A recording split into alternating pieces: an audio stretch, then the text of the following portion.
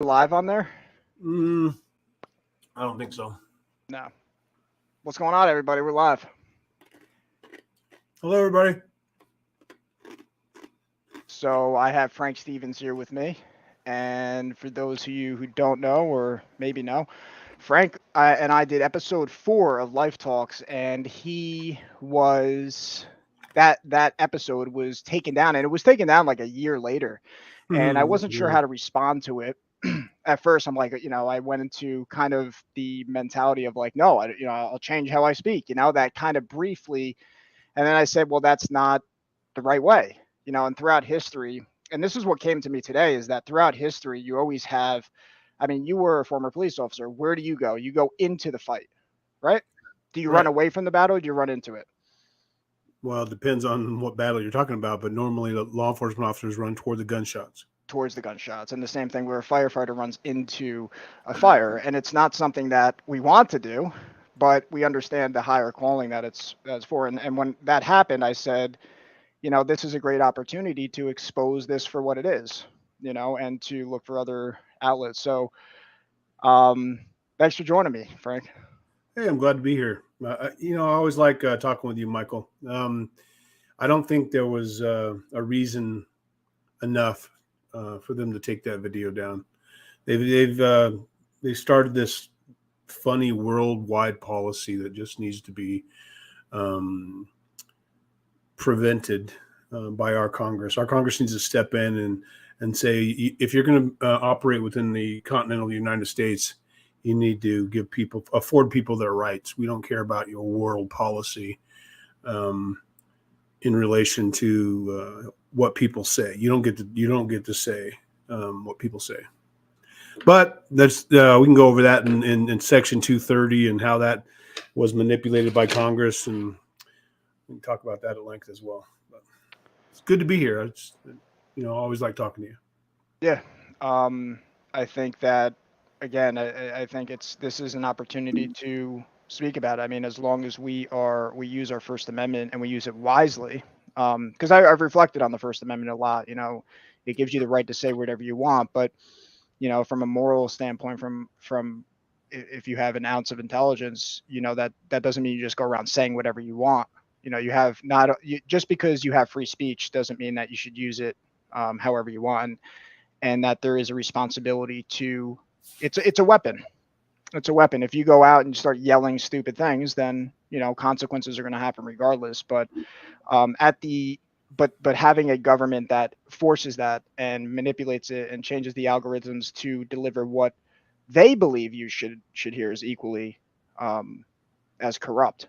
So rather go out swinging, brother.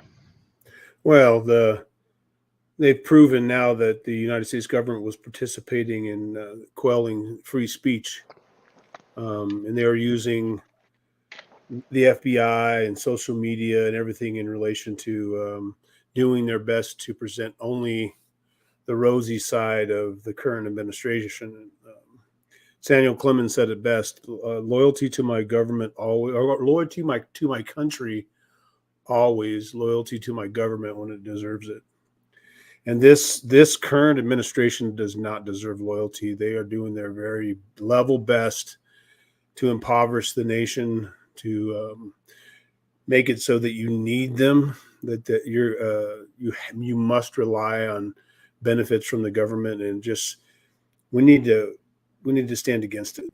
We are free people, and the funny thing is that freedom is not synonymous with the word free. You don't Nobody continually brings a free man free bread, right? If you're free, it means you have responsibilities. It means you have to claim your freedom. And Abraham Lincoln was the first Republican president, and he said the man that makes the corn is the man that should eat the corn. And it's just there's been a night and day difference between the Democrat Party and the Republican Party since the very beginning. And the more pain that people feel, the more pain that people suffer, the more they're going to realize what has been done to them in the name of establishing an attempt to establish a plantation nation from sea to shining sea. It just needs to be stopped. How is it stopped? Well, it stopped. The more pain people feel, the more likely it is that they're going to stop buying in to what has been presented to them from the Democrat Party. In my opinion, it opens your eyes when you start to understand that there's no foundation on the Democrat side, that the Democrats have lured you into to fighting against something rather than fighting for something, right? So, and it's easy to do. I mean, it's easy to fall prey to the idea that we need to stand against this one man, and what I mean is that you need to stand against Donald Trump, and rather than, because it takes away from listening to the Democrat Party explain that they what their ideas are for the nation, and how tax and spend is a wonderful thing, and in my mind, and I'm up for debate from anyone. The Democrat Party is just a one-trick pony. They are a tax and spend party that believes that they can take care of you if you give them enough money, and that is not how free people work. That is not how freedom is supposed to be experienced. And the farther we get down the line, the more people understand. Like, listen to me now, all you Bernie supporters and all of you Democrat supporting tax and spend, let my government take care of me type of people, you need to hear what I want to say. The more you experience pain, the more you understand that you are responsible for that pain. Your desire to allow someone to take care of you has presented this problem the way it is. And then what I mean by that is, everybody says, "Oh, we should tax the rich," without ever understanding that the biggest driver of inflation is a tax on the rich. Right? So there's no such thing as a tax on the rich. That's what you need to understand, first of all. And you need to put that out of your fucking mind, pardon my language, put that out of your mind. And the reason why I say that is because when you tax the people that are responsible for production and services, the hidden tax becomes the increase to the products that are produced and the services provided. So when you tax someone who the farmer that collects the milk, and you place a tax on him that's outward, and it says you're going to owe the government this much more money for each gallon of milk. Well, he just transfers those costs to the people that consume the product, right? To you and me. It's the hidden tax, right? When you cannot tax the producers and of products and services without, every tax goes to the people that require those products and services, and that is you and me. And if you tax them more, they are going to transfer those costs to, because they're still going to have people coming out of college who find ways to make the company profitable. And the way that they do that is they just transfer all the costs to those products and services to you and me. And so it's good that we've gotten to this point. It's good that you're feeling the pain, and I don't want anybody to suffer pain. But if you are a little bit more hungry than you were before Joe Biden took office, and before all of these tax and spend policies were put in place, and open borders, and the whole thing about, yes, I'm compassionate when it comes to people that are trying to find a better place to live. And I don't mean to go right and left and all over the place, but in relation to people coming across the border, there's a hidden tax within that by itself, in and of itself. Not to mention the fact that we're paying these people that come across our border $2,200 a month, and we're putting them up in a hotel for free, and we're shipping them all around the country in violation of federal law. And I'm going to tell you, you'll listen to the people tell you on the Democrat side, you'll listen to them say, "Oh, it's only a misdemeanor to come across the U.S. border." And that's true because when people come to the United States, it is a violation of 8 USC 1325. And that is a misdemeanor. 8 USC 1325 is a misdemeanor that says that you can't come into the United States except through a port of entry. Because we understand that people are going to want to try to come to the greatest nation in the world. However, what a Democrat won't tell you is that 8 USC 1324, that's the one just preceding that law. There's a U.S. code that is a felony crime.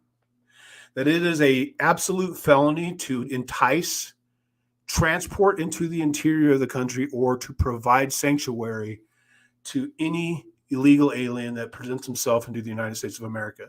And that is being done by the United States of America. That's being done by Joe Biden and his administration. That's being done by the Department of Homeland Security. That's being done by military personnel. And it's being done by Republican governors. They are transporting these people into the interior of the United States in violation of law. And we can bring that law up. It's 8 USC 1324. It's a absolute felony that you can be put to death for. If somebody dies in commission of this crime, so you're enticing these people across the border, you're providing them. Can you repeat that again? 8 USC 1324. You're providing these people a path to come across the into the United States, and you're enticing them to come here. And people are dying in the process. They find bodies out in the desert in Arizona and Texas, and if people are dying being transported in the back of large tractor trailers, and they're overheating and dying. When those people die, the person responsible for transporting those people into the interior of the United States has committed a felony crime, and it is punishable by death if somebody dies in the commission of this crime. And what I want you to understand is it's not being enforced. This crime, this is on the books today, is not being enforced. All right? So all you have to do is find the section that says, it even spells out the punishments for the crime. All right? So that's how you know the law is not just, words. When there's an articulation of punishments, so that it says you're going to do 10 years in prison, or you can be punished by death if somebody dies as direct consequence for this crime.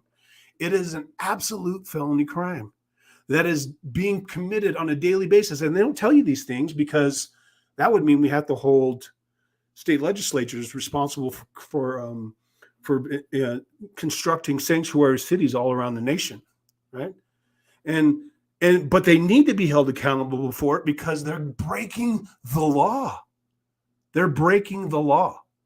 They can change the law, but they've never changed the law.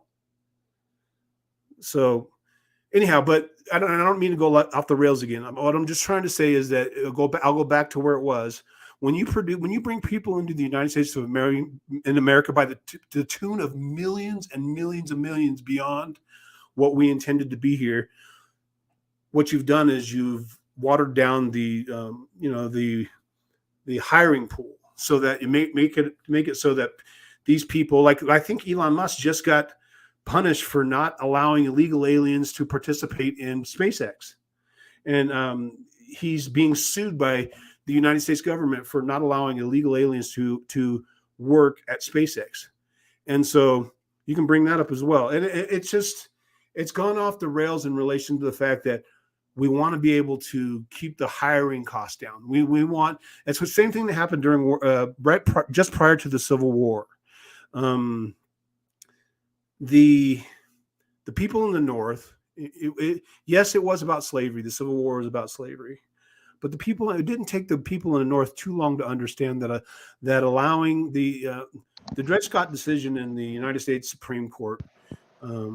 It was a 6-3 Democrat-held Supreme Court, allowed a slave to be a slave in any state in the nation, and that is in fact what started the Civil War, because it didn't take the people in the North too long to figure out that you can't have people running factories in the north that are going to take all our jobs. You can't have all these people that are going to work for nothing at that point, that are just coming here, and these rich people are going to assume all our jobs in the north. And so initially it was about commerce, and then it connected itself to, you can't have slavery, right? And so you can't have allowing all of these people into the United States all at once is going to dramatically affect your ability to make money at work. Someone else is going to assume your job, and they are going to pay that person a lot less than they would pay you. And it has to do with the absolute race to the bottom being conducted by corporations around the world. When we allow corporations to offshore all of their factories, we do so because it's not just about labor. It's not just about labor, the cost of labor. It is about the cost of labor, but let me explain. It's not just about your paycheck.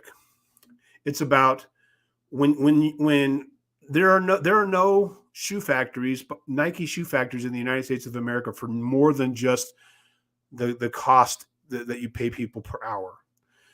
Nike doesn't have to worry about a 40-hour work week when they have a shoe factory in some impoverished nation down in Argentina. They don't have to worry about a 40-hour work week. They don't have to worry about safe working conditions. They don't have to worry about weekends and holidays, and they don't have to worry about providing insurance. There's all of these factors that come into play when you start allowing large companies to offshore their products to every impoverished nation around the world.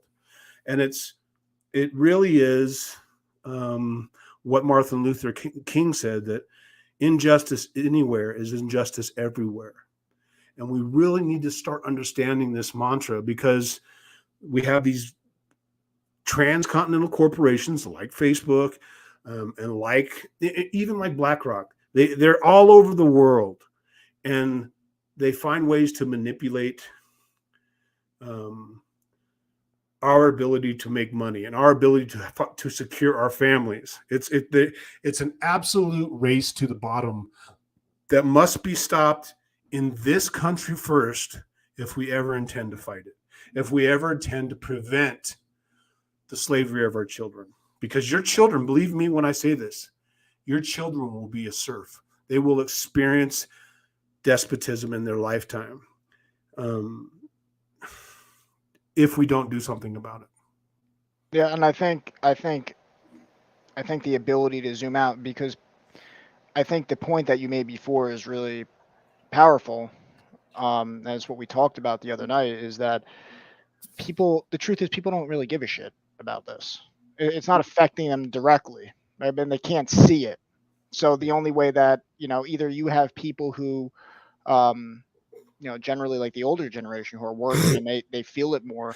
We have an entitled generation. So, people don't really feel that pain. And as time goes on, they're going to feel that pain. And the ability to, how would you sell it? Like, why does it matter? Or not why does it matter? Or what can people do? Well,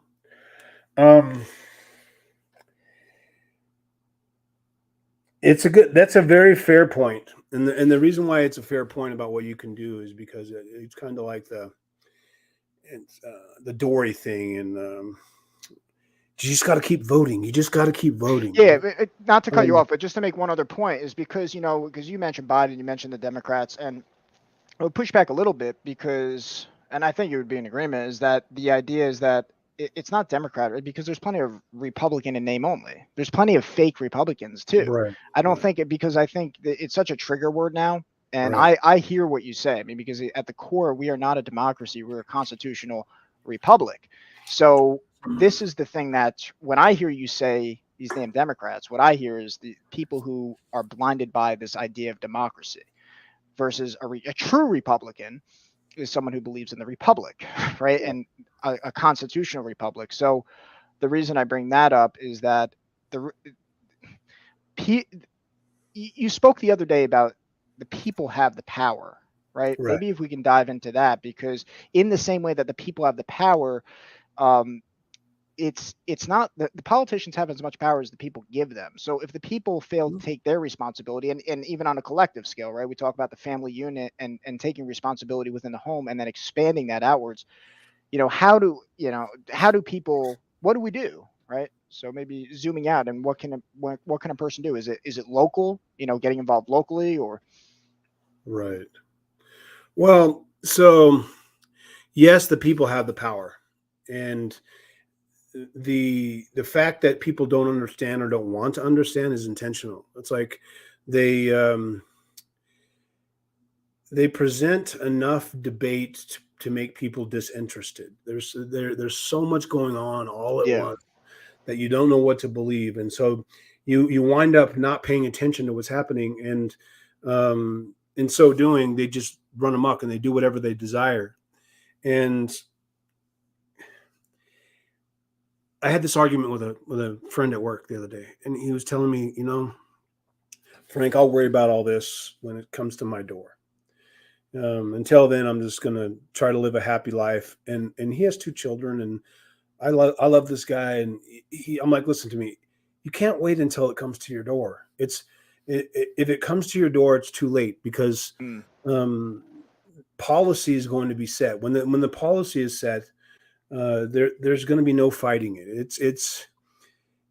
It's kind of like what happened during COVID. Nobody really thought that they were going to be locked down or they were going to lose their Well, jobs. to Or push back on that point, Tate, as I just saw a video with Tate saying that it's just a piece of paper.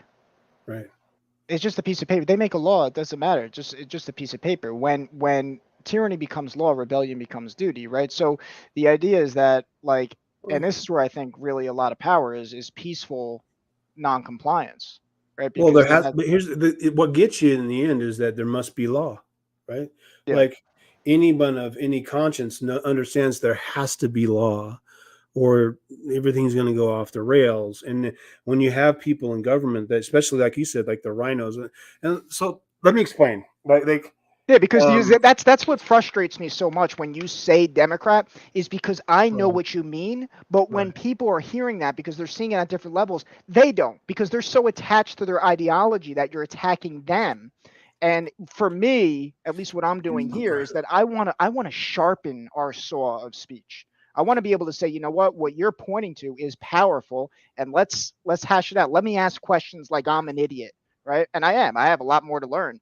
well, Um, maybe that's the good thing about it, because like I don't mean um, I don't mean just people that are in the Democratic Party. And what's good about Paine is that Paine makes you listen a little bit longer, and makes people think, well, maybe I should listen just a little bit longer to what this guy is saying, because some of the things that he's saying is accurate. And but if you rewind just a little bit in U.S. history, we had this horrible thing called the Civil War that took place. So it was a party war with the Republicans versus the Democrats, and it really was. It was policy versus policy. It was a belief that you should be able to give people free food, free housing, and free healthcare, and provide them with everything, and they do what you say and when you say it. You should be able to monitor them 24/7, and you should be able to give the guns only to the people that you put in power. It was that ideology against a free, absolutely free, I will grow my own corn and I will eat my own food type of ideology. And all these men died. All U.S. citizens died fighting each other. And let me tell you what, the largest portion of people that fought for the South never owned a slave, but they died for the idea that the government will take care of them, that someone should be able to assume control over other people if they so desire, and give them free food, free housing, and free healthcare and free education, whatever that person desired. If they were going to give it, they should be able to do that. And the free people of the North said, no, that's not going to happen. And so all these people got slaughtered and murdered, right? Killed. They died on the field of battle, getting rid of slavery. And the Republican Party brought in the 14th and 15th Amendment. And those two amendments freed the slaves, and they may give them citizenship within the United States of America. And then the 16th Amendment came along. And that amendment, sponsored by the Democrats, made it so that the United States government could tax any U.S. citizen at any level they desired. The United States government, per law right now, if they so desired, could tax the entire populace at 100%. And what that means, ladies and gentlemen, is that you're not really free, right? If all of your labor is going to be sent to the United States government so that you work hard and you go to work every day and you assume a paycheck and all of that money goes to the government, then you're a slave. You're a slave. And so then it comes down to, when you start using that train of thought, it comes down to, well, to what degree am I a slave right now? How much taxes do I spend? How much of my paycheck? How much of my money goes to where goes I want it to go? everything you do is taxed. Every single thing you get money, that money, as soon as you get as soon as you receive it, is taxed from your employer. It's your income tax. And then you go down to the store and there's a tax on all the food you buy. And then you drive your car and there's a tax on the gasoline, and there's a tax. You have to pay a tax on your house if you own one, because you got to keep the roads in working order, right? You got 5,000 fucking potholes you got to drive over, but you got to pay for having the ability to drive on that road, right? It's off the rails in the form of taxes, because we've given ourselves over to there's nothing we can do about it, but we can. Here's the thing about the power of the people. The people are in charge of the United States government. It's a government of, for, and by the people. These people that are in these politicians, they only represent us. They're supposed to only represent us, but they've manipulated. Let me tell you what. Anybody tells you that voting works and that voting is not fixed or rigged, they're lying to your face. And I don't care who says it. It's easy to rationalize for you to understand that voting is rigged, and it starts on a federal level. We can just break it down on the federal level, because a lot of the state level, the state level offices don't apply to what I'm about to say, but in county offices, they don't necessarily apply to what I'm about to say. But federal offices, so we have 435 members of the U.S. House of Representatives. The only reason any of those people are in that office is because of gerrymandering of districts that they're allowed to do, right? And we all know this is happening. We all know it's rigged. Nobody's doing anything about it, right? Because the Congress has like a 9% approval rating and a 96% reelection prospects. The only way you ever get kicked out of Congress is if you do something that against what your party wants you to do. So the head of your party sees that you're not playing along the party lines, and you're not voting along the party lines, and then they put somebody up to run against you. They primary you. It's called primarying you, right? They put another R or another D, however it is, against that person to ensure that they're going to get someone more in line with what they believe, or more in line with what the party leaders want them to do. But none of them would be there. Imagine if they had a 9% approval rating and 9% reelection prospects. Well, that would change things, right? But to say that they're going to get reelected no matter what, you end up with fucking people that are older than God, that are in office, right? They're older than people that are currently in nursing homes, way older than people that are in nursing homes. And it shows. You wind up with people like Dianne Feinstein, who has given power of attorney to her daughter. Her daughter runs everything about her life, but she sits in the United States. She's in the House of Representatives. Dianne Feinstein can't think. Joe Biden cannot think. Fetterman, the guy can't form two sentences, but he's a United States senator because he has Well, a 9% it keeps going approval back rating. to that main point, is that people, it's still comfortable enough that people don't want to ask the questions, right? So then pain becomes the teacher. Right. It's an unfortunate aspect, is it? I mean, it's an aspect of our humanity for whatever reason.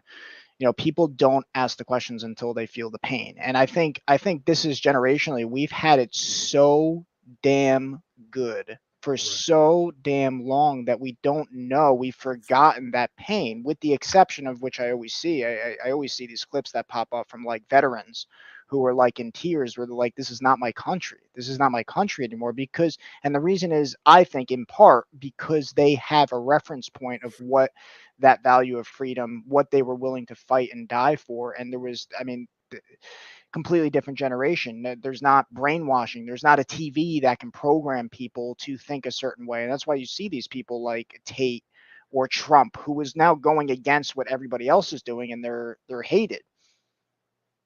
Right. Yeah. I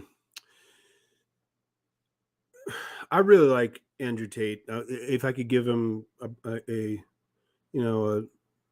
attaboy sticker right now, that's my attaboy sticker. I listen to him. He goes off the rails every now and then and says some things I disagree with, but so does every person on the planet. So do you, Michael Bacchioni. I really like you. And everybody, 100%.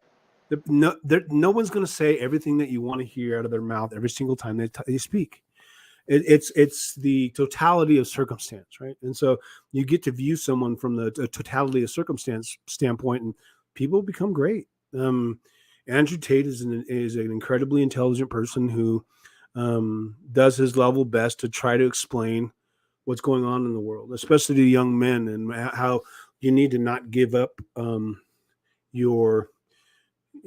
of your testosterone for the idea that masculinity is toxic. It's not. It's Well, I always think of this, brother. This one right here, the man in the arena, right? I mean, that's right. Is he going to say everything My perfectly? favorite, No, my favorite quote of all time. I could hold it for you right now. But yeah, it's what I think about, because at least, I have more respect for the people who challenge his belief systems but are willing to speak, who are reasonable, and I think he would be the same way, right? He would want people to challenge his ideas, who have his best, who aren't just haters, right? I mean, that's the classic thing. So, well, when you start to touch on the money power sees you, right? And Andrew Tate said it, that they have the ability to remove him from society. They have the ability to eliminate him. They're just not in the practice of doing that right now, right? So I just think that there are so many things in the United States that are working against the overall premise that people are free, that they want to there's all of these outside influences that would like to see it so that you are not free, that you do not, because in a capitalistic society, capitalism requires its citizens to have capital. If they can successfully remove your ability to make money, or successfully prevent you from making enough money to live, then capitalism is gone. And it doesn't have to be done 100% and overnight. It can be done gradually, because what happens is when you see things like, oh, there's all this scuttlebutt about how nobody's buying Disney anymore, or no one's Netflix is faltering because people are giving up their subscriptions. What you need to understand is that's not being done because people don't like watching Netflix or people don't like watching Disney. That's being done because people give up things in order to make it, right? So it has to do with what you need versus what you want, right? It's not a necessary thing. And so when you start dealing with necessity, you can give up those things that your subscriptions to Netflix and your subscription to Disney, they can all go away. They're all in the nether, right? They are not necessary. And things that are, like things like food and gas and getting back and forth to work. And when you start to eliminate those things, what you eliminate is jobs. Like if you successfully take down Netflix, you take down all of the employees at Netflix. If you successfully take down Disney, you take down all of the employees at Disney. If all the fast food restaurants stop employing people, then they don't have any money. And what happens is, because they don't have any money, the theater is going to go down because nobody's going to go. That's something that's not necessary. You don't need to go watch movies. You don't need to. All of these things, if they collapse, we turn into a socialist. Please give me money. Despotism sets in. It's an absolute, and that won't even work. The government does not have enough money to give everybody money. Right. Even when, and you saw that with COVID, when people were losing their jobs, the government gave out $1,400. You think $1,400 is a lot? I mean, that is not enough money a fraction to survive of on. what was printed in that. Yeah.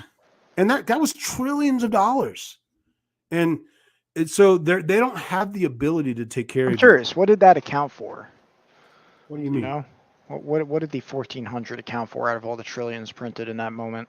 I have no idea what I'll the look total it up, was. but yeah. I'll take a drink of my Mountain Dew while I'm waiting for you to check.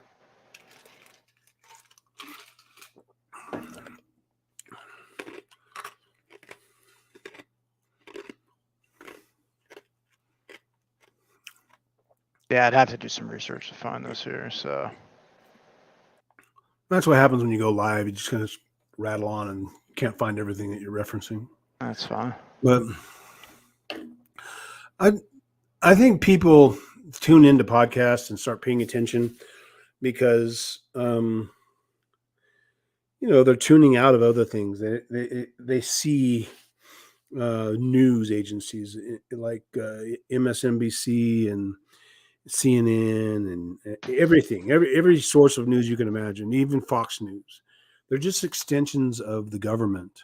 The government is so big and is so all powerful now that fighting them is going to become an issue. And when I say fighting them, I mean downsizing them. What we should do is have a government that's powerful, but that's tiny, that's small enough to drown in a bathtub if we have it. But they should have the power to do things like remove corporate charters. Right. One of the absolute things that needs to take place is that the United States government needs to re-implement the corporate charter, and they need to start removing charters from companies that want to claim world policies, that want to influence what you say in participating in the elimination of free speech even with the federal government. They're becoming agents of the FBI or agents of the DOJ. If it is against the law, there's great videos out there. If you look for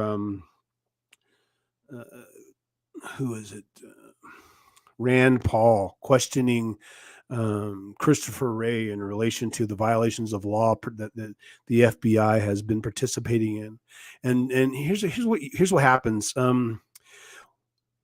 What you need to know is that sometimes when you're questioning someone, lack of a denial is an admission. You understand this? Like, if there is absolutely no reason not to answer in the affirmative or the negative immediately, that becomes an admission. Like, if I say, Christopher Wray, is the Federal Bureau of Investigating participating in X, Y, and Z? Yes or no? And his answer is, well, let me get back to you. Let me look into that and present that in written form or in another setting. The answer, that means that it is. There's otherwise he could say no, especially on topics that he's very familiar with. And what has happened is it's the largest attack on free speech that the United States has ever experienced, and it's happened under a president that has been in politics for 40 years, and we don't understand why that happened. Of course, that happened. A government big enough to give you anything is big enough to take it all away from you. Yeah, and they will. That's the thing. They will at a whim if they think it's best for them, right? And so it's just the political graft that's involved. I don't know if anybody's familiar with history or Tammany Hall or how the Democrats parted the Civil War in New York. They had a sect, a group of people, and they called it Tammany Hall. It was ran by a person named Boss Tweed. And Tammany Hall was destroyed, and it was destroyed by the Democrats. And the reason why it was destroyed by the Democrats is because the Democrats, even though it was a democratic institution, they saw the political graph. They saw how the city of New York was affording contracts to people that gave their politicians large amounts of money just for the purpose of receiving money, right? Now, so it was costing people huge amounts of money. That's excellent, right there. I would like anyone and everyone to find out about Tammany Hall and the corruption that took place under Tammany Hall, and how and why it was destroyed. And what you have now is you have it went away, but the infection of Tammany Hall has now seeped into Congress, and every person involved in the Democratic Party today, not every person, because there are citizens that aren't involved in Tammany Hall, but every person that has allowed this corruption into their heart and soul have no choice whatsoever but to move forward on the same path and vote for things that they know they shouldn't be voting for. That I don't know how any of these men and women could look at themselves and think what we did in reference to attacking an innocent man, which is what happened when all this what was the name of the investigation that took place against Donald Trump? When they went on and on and on about how Trump was a criminal and how he colluded with Russia, that was a influence. They were trying to influence your vote. They were and illegally they were attacking an innocent man that did none of those things. And it was proven that he didn't do those things, but they never apologize because they're all part of Tammany Hall. And the reason why the Democrats got rid of Tammany Hall is they understood the influence that it had on the populace, and that the people were not going to no longer, they were moving away from the Democrat Party. Just what's happening now. All these people are moving away from the Democrats because people see it. They understand what's going on. They see that these guys are corrupt, unbelievably corrupt. And I don't know and you asked me before what needs to be done, Bacchione. What can be done? And the answer is not what happened last time. What happened during the last political the run for presidency is we didn't participate in what the people in California were doing. They were going out and seeking votes, right? What's that called? They were not gerrymandering. What were they doing with the vote? They were in violation of laws in numerous states. They were allowed to get third-party votes and other people to submit those votes. What's that called? Vote harvesting. They were allowed to harvest votes. And what the people in California did on the Republican side is they kind of stood on the sideline and challenged the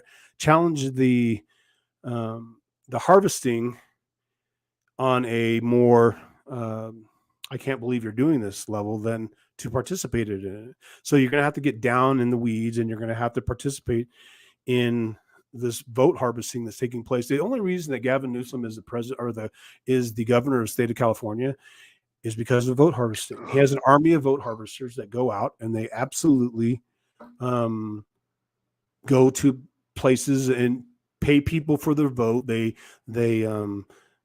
receive third-party votes who normally would never even care about voting.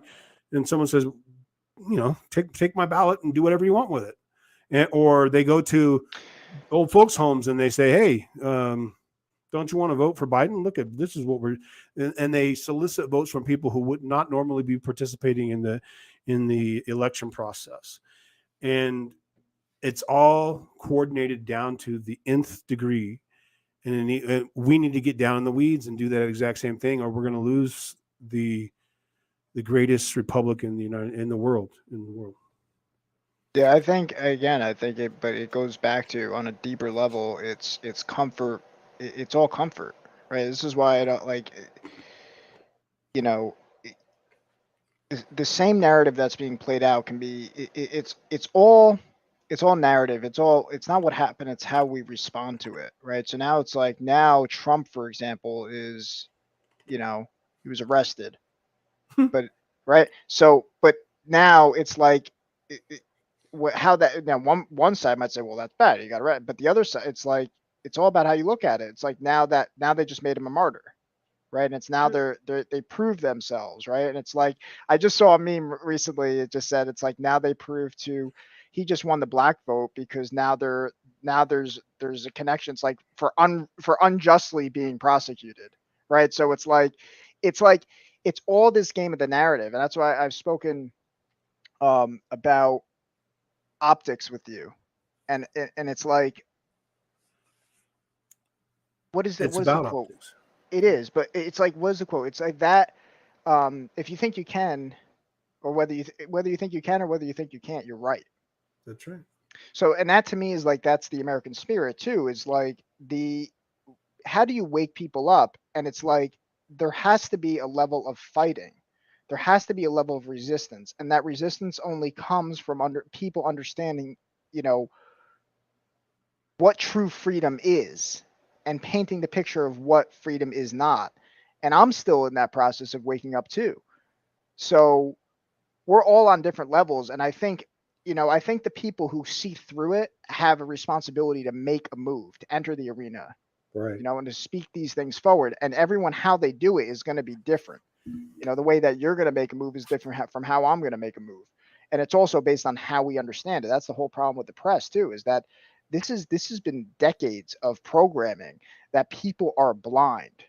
And I think, I wanted to shift gears a little bit because I think that I I personally believe that this is an issue of sin, meaning that it just means ignorance, to miss the point that freedom is internal. And I've done my best I can, that I'm trying to really speak life into what religion really stands for. I wanted to speak a little bit about, and I want to share a couple quotes first because I think that you would really resonate with these quotes. Here's the first one, and it is this one. What are your thoughts when you see that? Yeah, it's true. It's Because here's absolutely the true. thing about the truth, and this was something that I always share this chart. It's one of my favorites, because I look at it and I see something different every single time. But what I see when I see that it hated me first is that when you start getting up to this level right here, reason, understanding, and you're dealing with someone who's in apathy, guilt, shame, fear, right? Desire, sex sells, right? When people are kept in comfort, I would look at this is survival, right? Just being just surviving. How many people are in that state of survival? Um, when you come to a level of reason, love, right, which is, not what the world calls love. What the world calls love, I would say, is desire, um, and it's control. Um, but when you are truly in a position that you don't have, nobody has power over you, right? It doesn't mean that you're going to be in the greatest circumstances. You're going to be hated because people hate that within.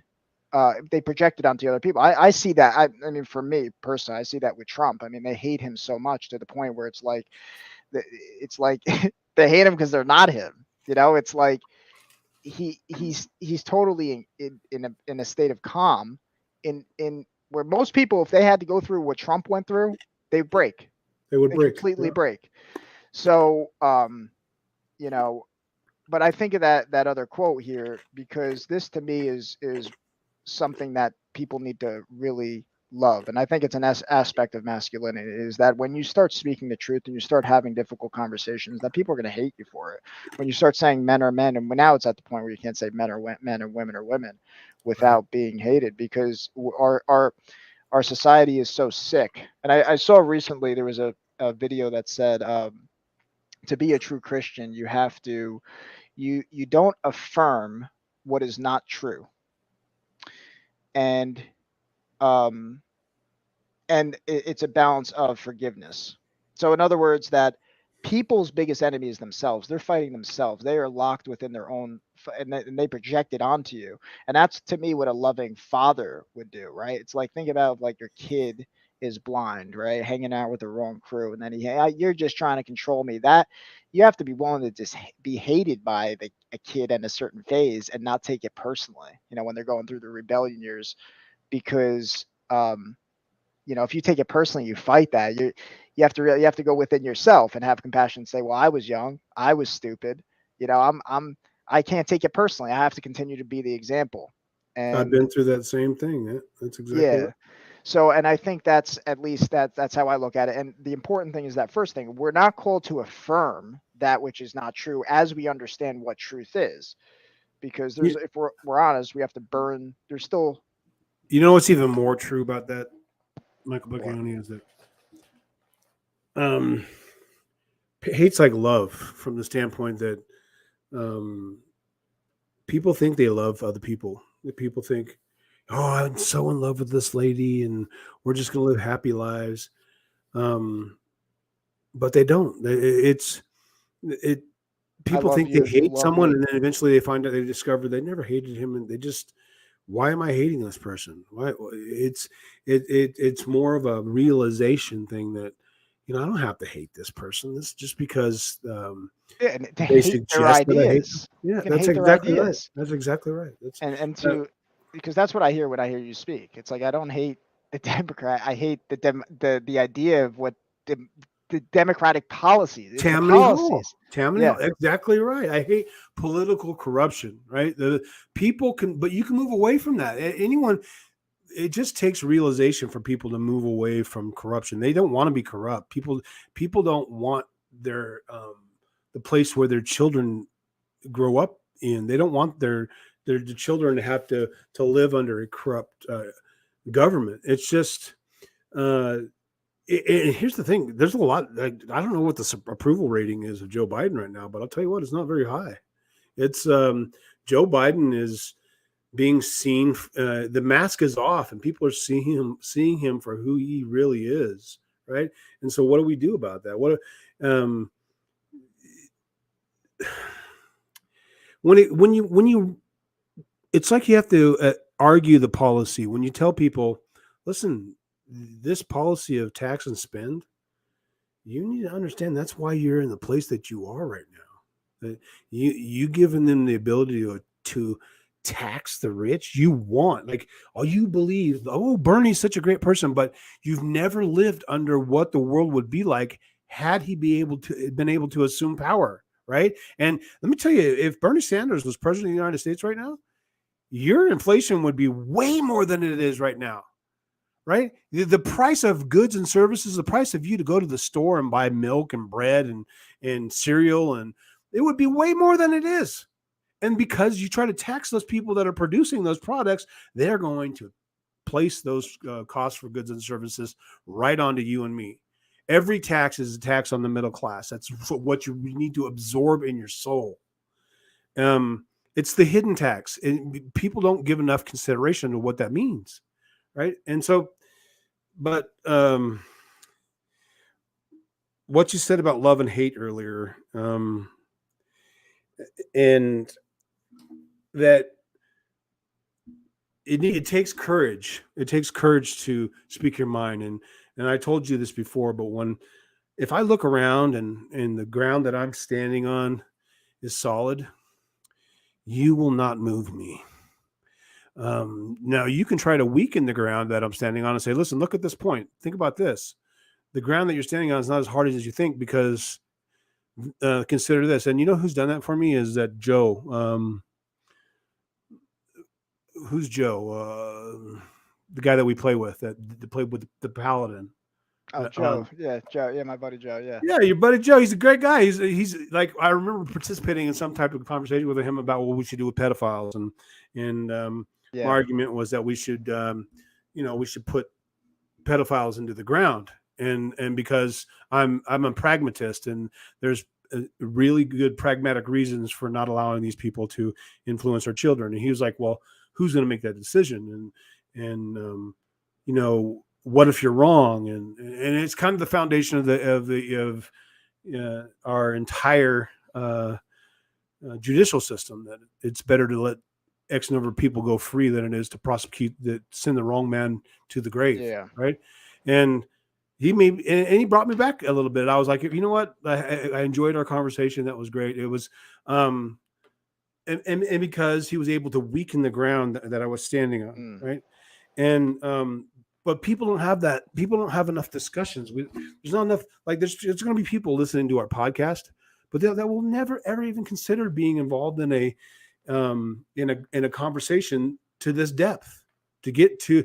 And the only real thing we're talking about are these types of in-depth discussions, because there's so much going on in the world that we need to talk, but nobody's talking about it. So it just keeps happening and happening and happening.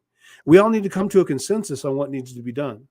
And here's the bigger thing about what's happening in the world today in my mind.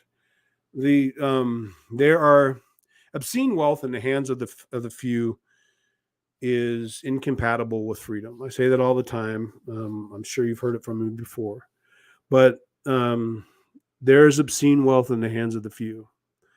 And when you have companies like BlackRock that are taking control of the world in relation to their control of each corporate entity on the stock market, something really needs to be done about BlackRock, because Larry Fink believes himself smarter than the average bear. And if you can just be empathetic for a second and think, well, what must this man believe in his heart to see Joe Biden speak in front of a group of people? What must Larry Fink be thinking when he watches Joe Biden stumbling, not being able to put two words together? He thinks, I'd be way better at running the world than Joe Biden. That I know what the world needs. And so you get Larry Fink saying things that he shouldn't say. You get him saying things that we need to start forcing people to do what as we desire. And there's a lot of scuttlebutt, a lot of talk about ESG and environmental social governance. And nobody is really capable of putting a finger on it. Right. BlackRock ditches ESG. And so what happened with Bud Light and all these people coming out against Bud Light, that was ESG. That was an entity forcing a corporation to make a decision that they're going to do something that's not in their beneficial to them. Otherwise, they won't be able to receive the loans and monies they would normally receive from other entities like BlackRock. And that's where you step into what I always say: the obscene wealth in the hands of the few is incompatible with freedom. And they're in control. If you really look into what BlackRock controls the world, right? And above them is Vanguard. And if you really want to take a deep dive, find out about BlackRock and Vanguard. And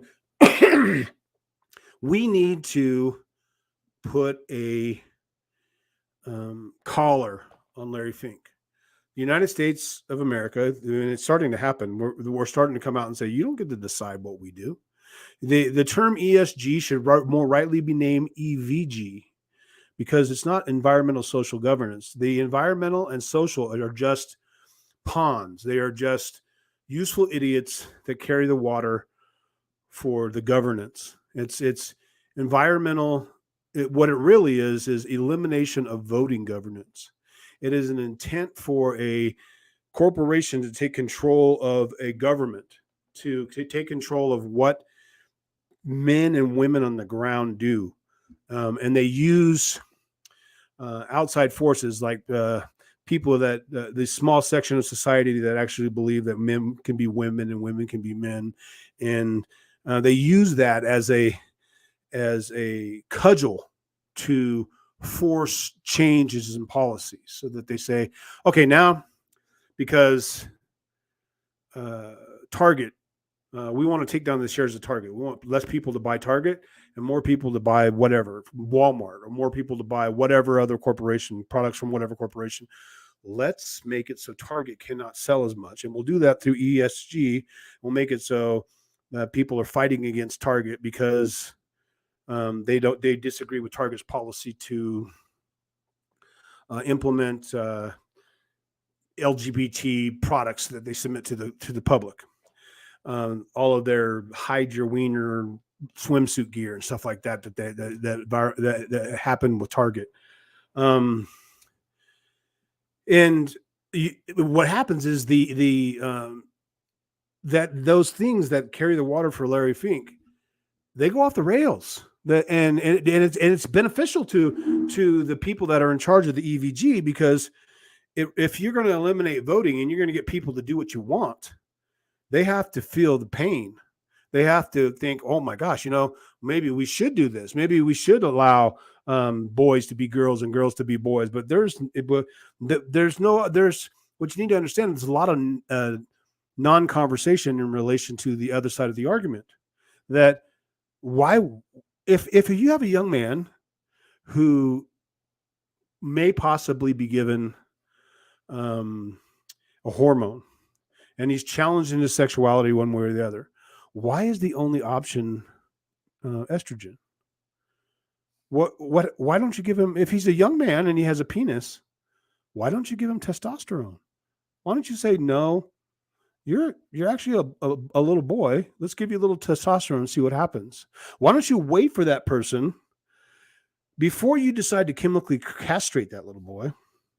And by giving him estrogen and turning him into a girl, why don't you do nothing? Doing nothing and allowing him to reach puberty, it resolves itself. Like 90% of cases resolve themselves. But for the fact that you provide this young man estrogen, or you chemically castrate him, or sometimes, hopefully not before they're 18, you castrate him. You allow him to pursue It's crazy that we're even at this point, even having this discussion. I mean, it's right. really. There was a time when this was common sense, that nobody would even consider this, but ESG has gone off the rails. Yeah, which it's not about. It's just about. It's about denying your. It's like an attack on common sense. That there is not this common sense, that it's really about. I think Tate had said it in one of his videos. It's no longer about money. It's just about power. It's about, you will deny your ears, you will deny what you see, you will deny a common sense, and you will obey. Right. And the question is, and this is where I always come back to, is just like, how do you disobey in and I wanted to bring this up again. How do you disobey without hating? Right? It's essentially that you love the truth more than you will disobey. Right? So the disobedience is almost natural, right? In this sense, where you spoke about courage before, right? So the only way you get the courage, you have to sacrifice pride. And I saw a clip from Mel Gibson yesterday. It was so good. He goes, the biggest fear of a man is public humiliation. And you look on the bottom of the charts, humiliation. Nobody wants to be humiliated. Nobody wants to be cast out and be said, and said, this is the bad guy, whatever. And you can see that. But once you overcome that, you can see that essentially that's what Trump is, right? Then there's Frank, and Frank don't give a fuck. You love me or hate me, I am who I am.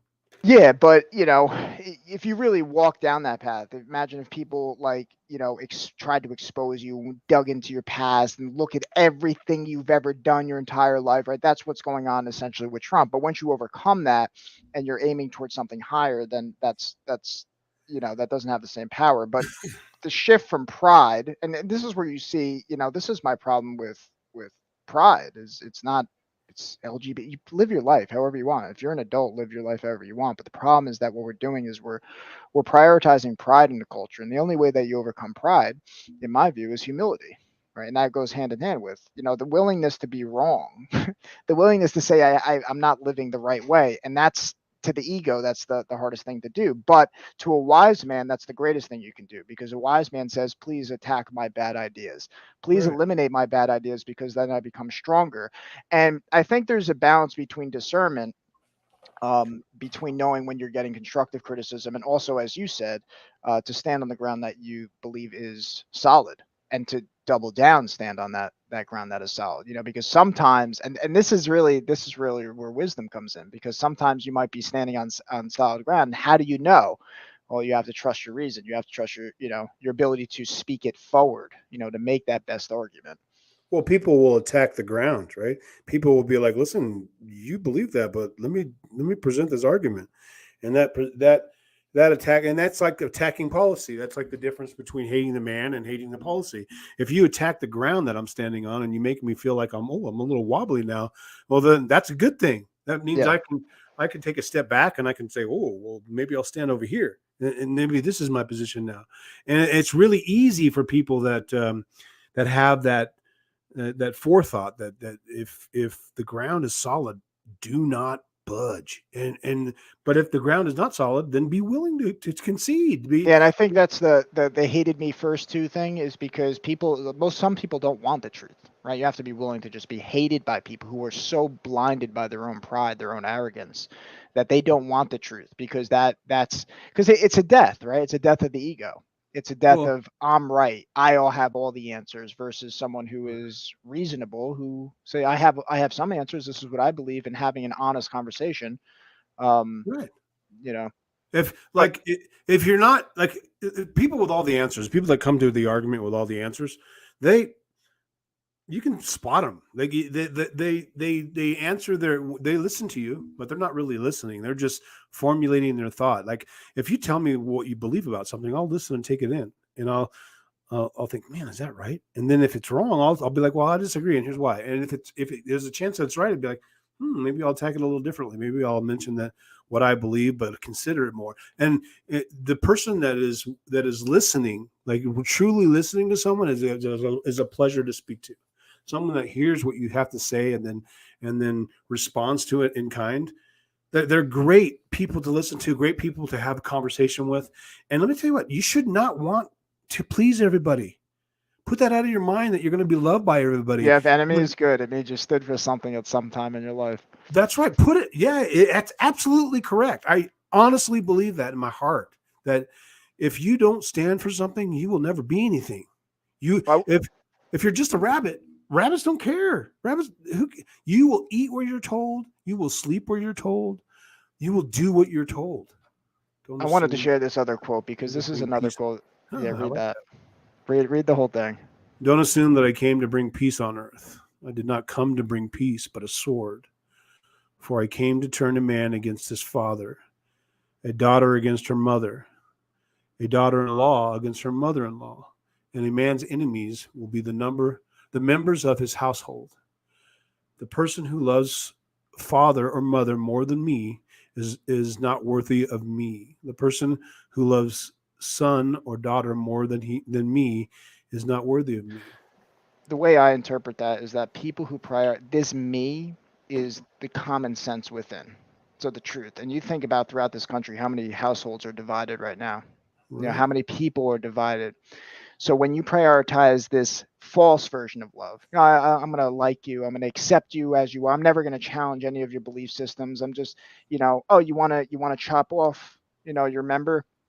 Go ahead. That's okay. I accept that.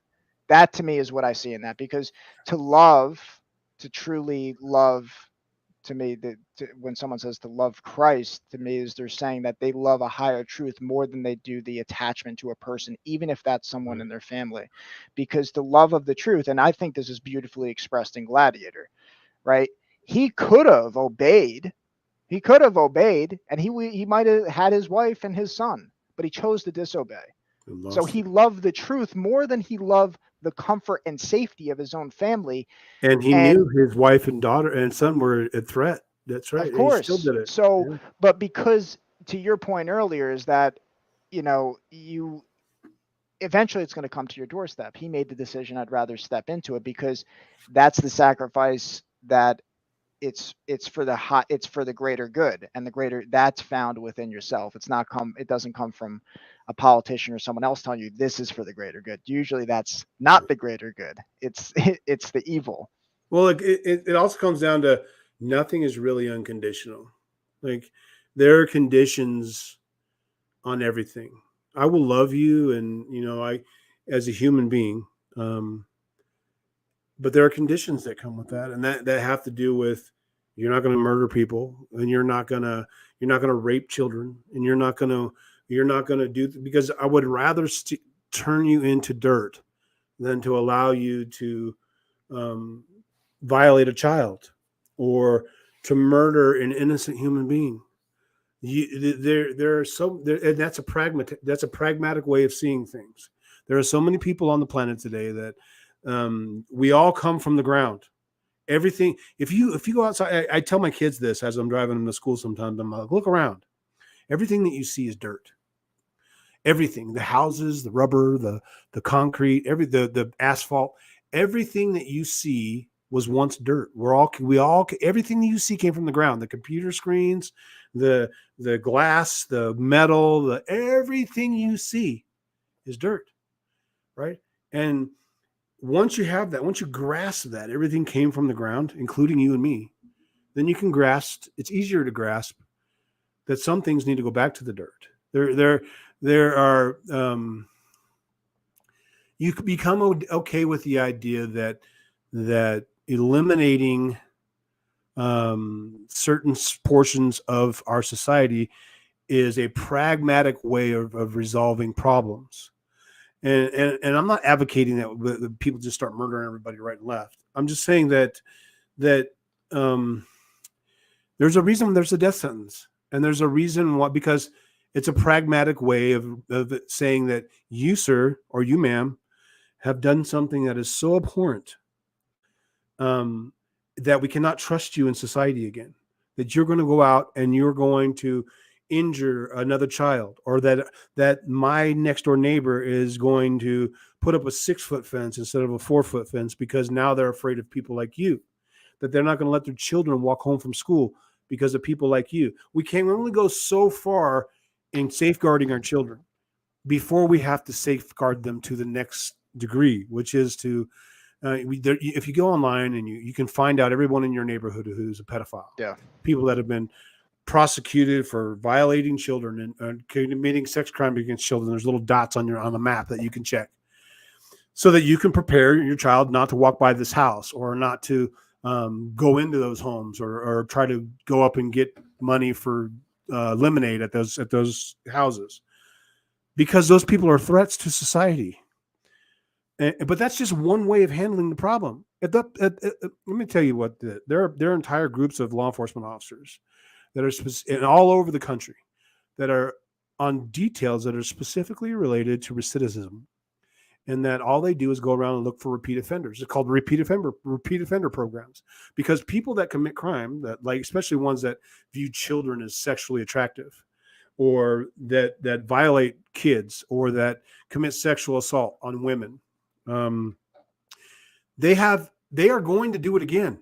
The high odds, it's like 78% of people released from prison on a charge of child molestation are going to molest another child. And you don't want it to be your child. I don't want it to be my child, or my grandson, or my granddaughter. I don't want my children to have to live with that exposure.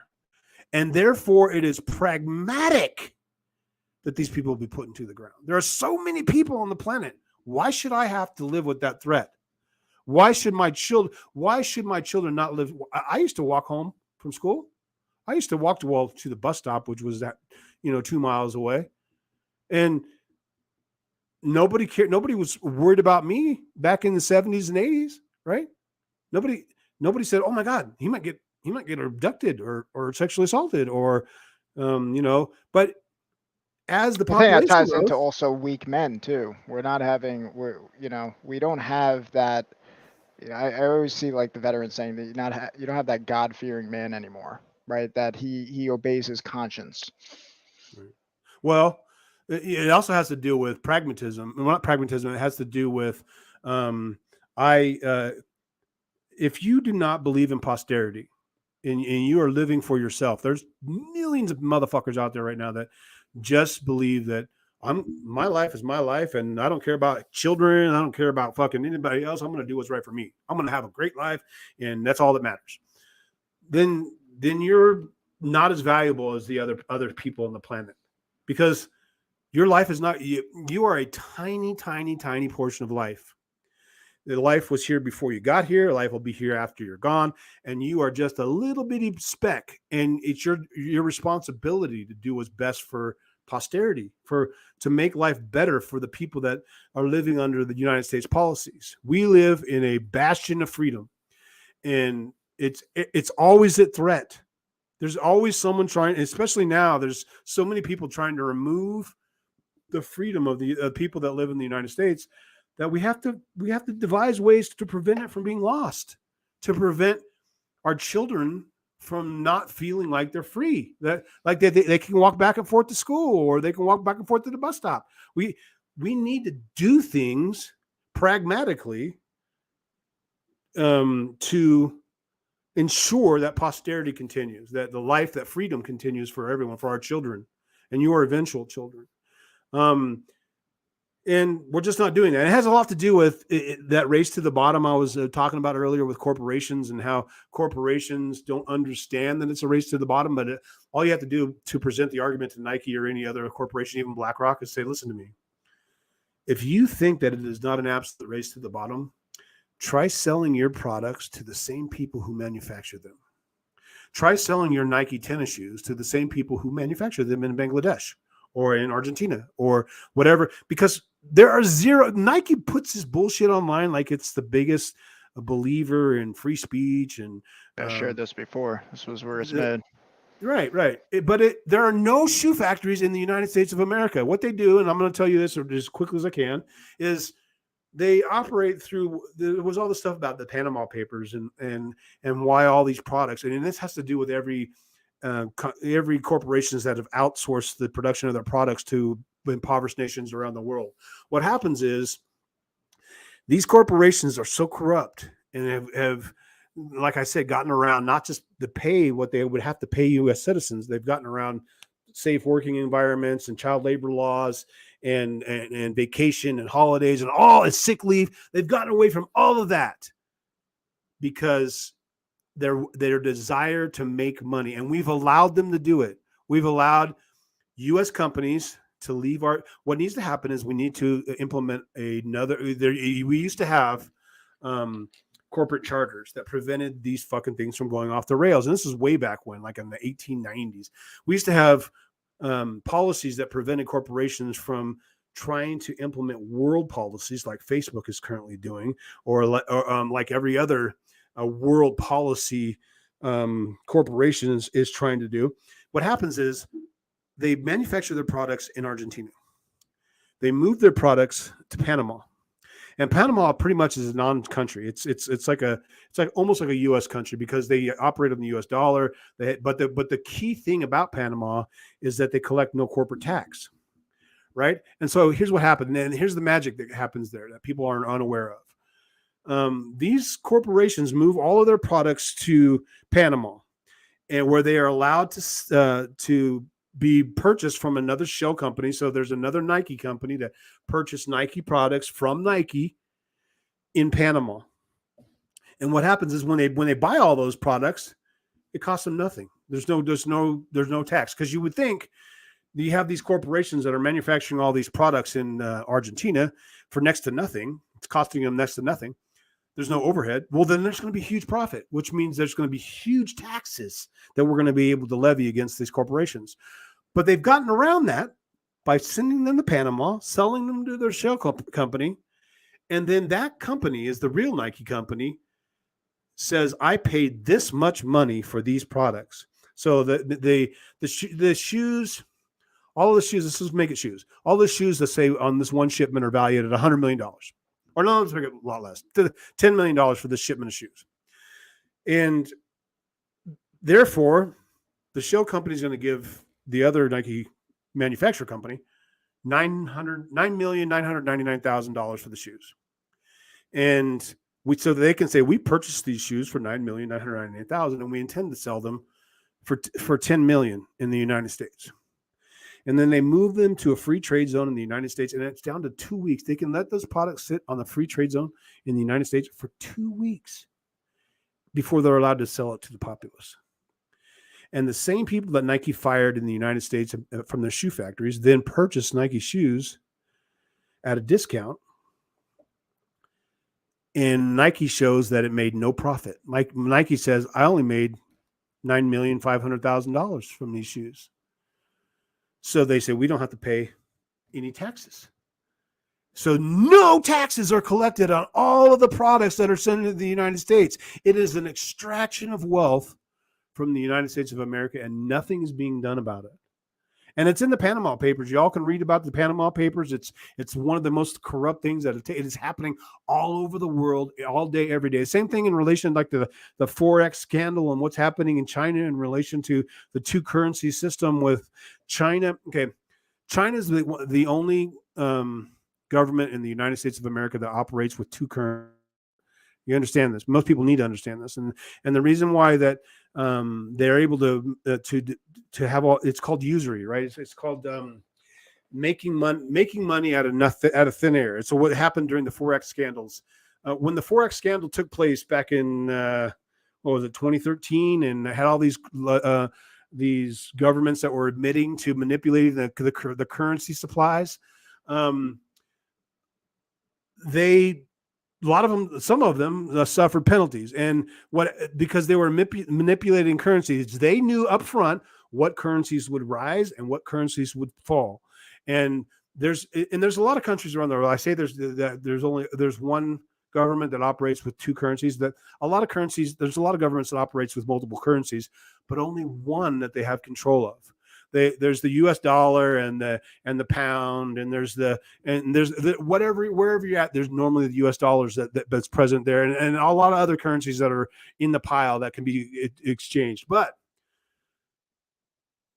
the country of China is unique from the standpoint that it operates the Hong Kong dollar and the Chinese yuan, and they know in advance which one is going to rise and which one is going to fall.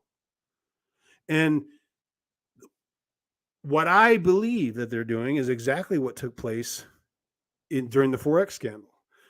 All they have to do is shift funds from one currency to the next in order to manipulate their markets to create huge amounts of wealth. But here's the problem. It's not real. It's invisible. It's pretend money. It's usury. It's nothing. No product or service is being manufactured in order to develop to obtain all this money, and it's going to hurt their country in the end. And I believe it already is. But people need to understand that China is not necessarily as rich as it claims to be, right? And the fact that, God, I don't mean to jump all over the place, but I haven't talked to you in a while, Becky. The fact that we can say that if not Joe Biden, you don't want to say Joe Biden received money, if that's fine. The Biden family received millions and millions of dollars from the Chinese government. Millions of dollars. And you don't think there's a fucking reason why he allowed the balloon to go all the way across the United States before he shot it down? You don't think that we could have shot that down before it entered into U.S. airspace? Well, the truth is too that, and I remember there was a clip on Trump saying this. I think it was an interview with, I want to say it was Hannity, where he says, "Well, the U.S. ain't so innocent either." And when I define the U.S., it's the it's the people who are in charge of our foreign policies for decades. The people who are, so when this kind of happens, this is CFR. What's that? The CFR is in charge of our foreign policy. Yeah. So, when people think America, it's not, who is it? So if you have corruption for decades, it kind of makes sense that you have other countries who are taking advantage of, who are fighting back the U.S., right? So if the people who are corrupt represent us, and now other countries are fighting the U.S., and if the U.S. is those corrupt people running that U.S., you kind of can understand it from another perspective. Yes. The people who are, for example, let's say in the Middle East, right? I'm not saying all. I think there's, again, this is why you have to look at it from different perspectives. On one hand, you have bombs being dropped all over, and these people say, I hate America. I hate what their values are. I mean, look at it right now. People who just want to live their life, they have conservative kind of lifestyles, right? I think Tate's made similar viewpoints on this. So they're hating that, but that doesn't represent the American, the average American who are also enslaved on a certain level. The American people hate their their corrupt politicians, and people across the world hate America, but that America is the politicians who are corrupt. And it's up to this is the whole thing, is that it's like it depends on what you mean by America. It depends on, because we're asleep. Right. Right. You know what it is? It's, I said before that people are carrying water for Larry Fink, and they don't understand that they're carrying water for Larry Fink. It really is. It's way beyond that.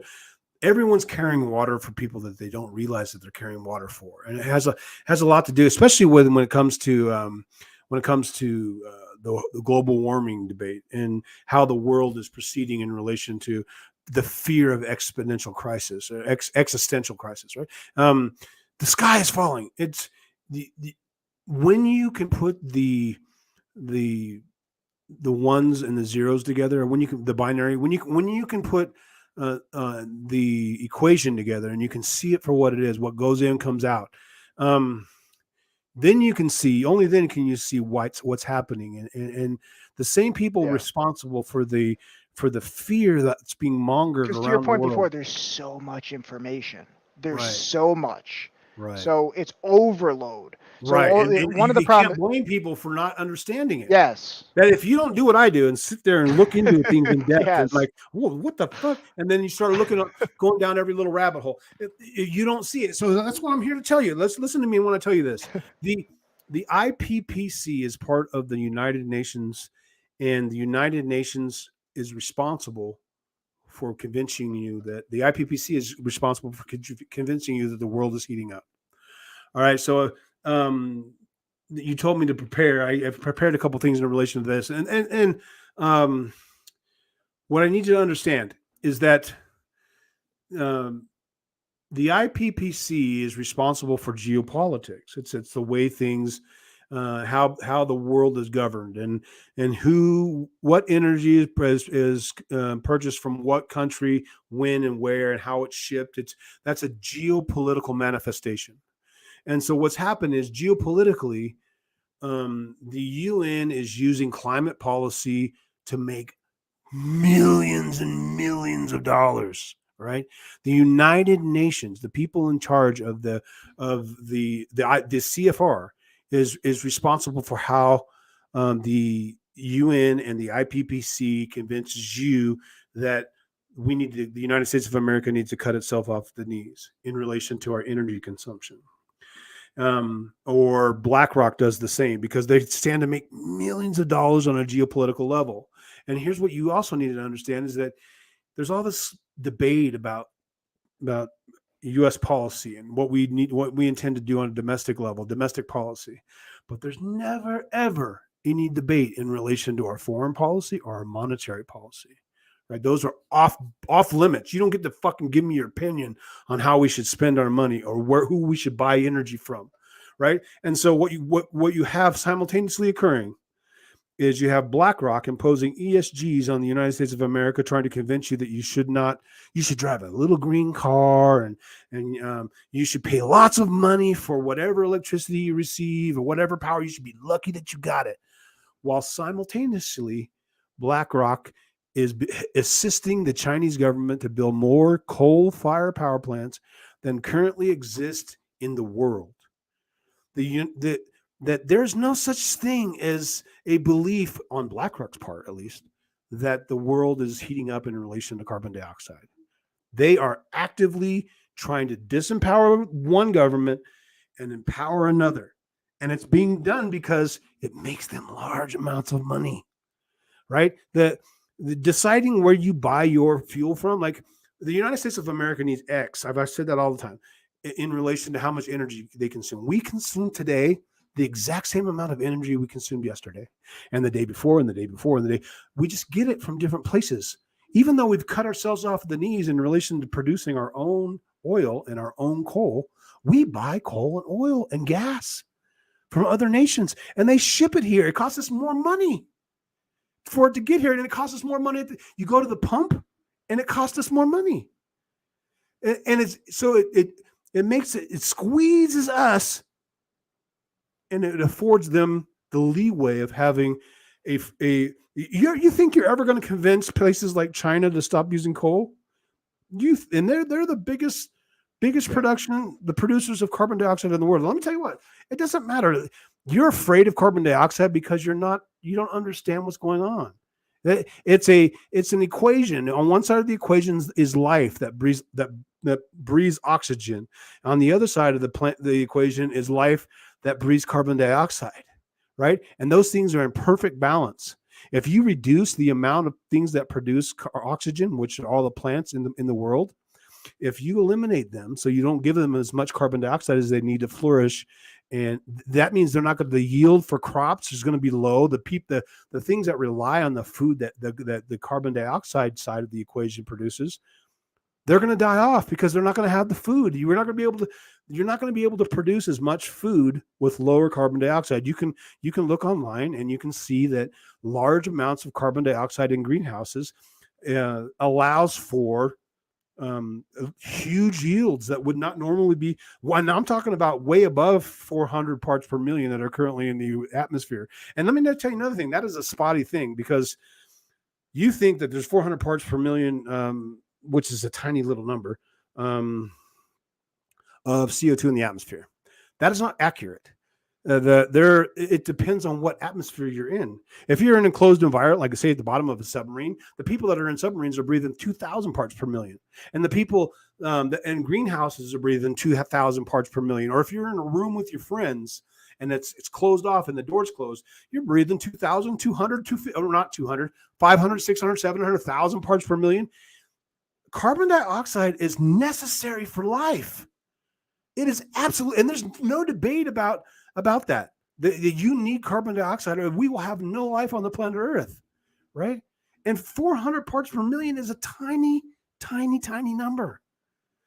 But everybody, you've been convinced that it is your enemy so that these fucking people, these corrupt geopolitical people, can make money. So people like Joe Biden and his shitty son Hunter can skim a little bit off the top when they're getting their money when they're getting agreeing to purchase gas from Burisma, right?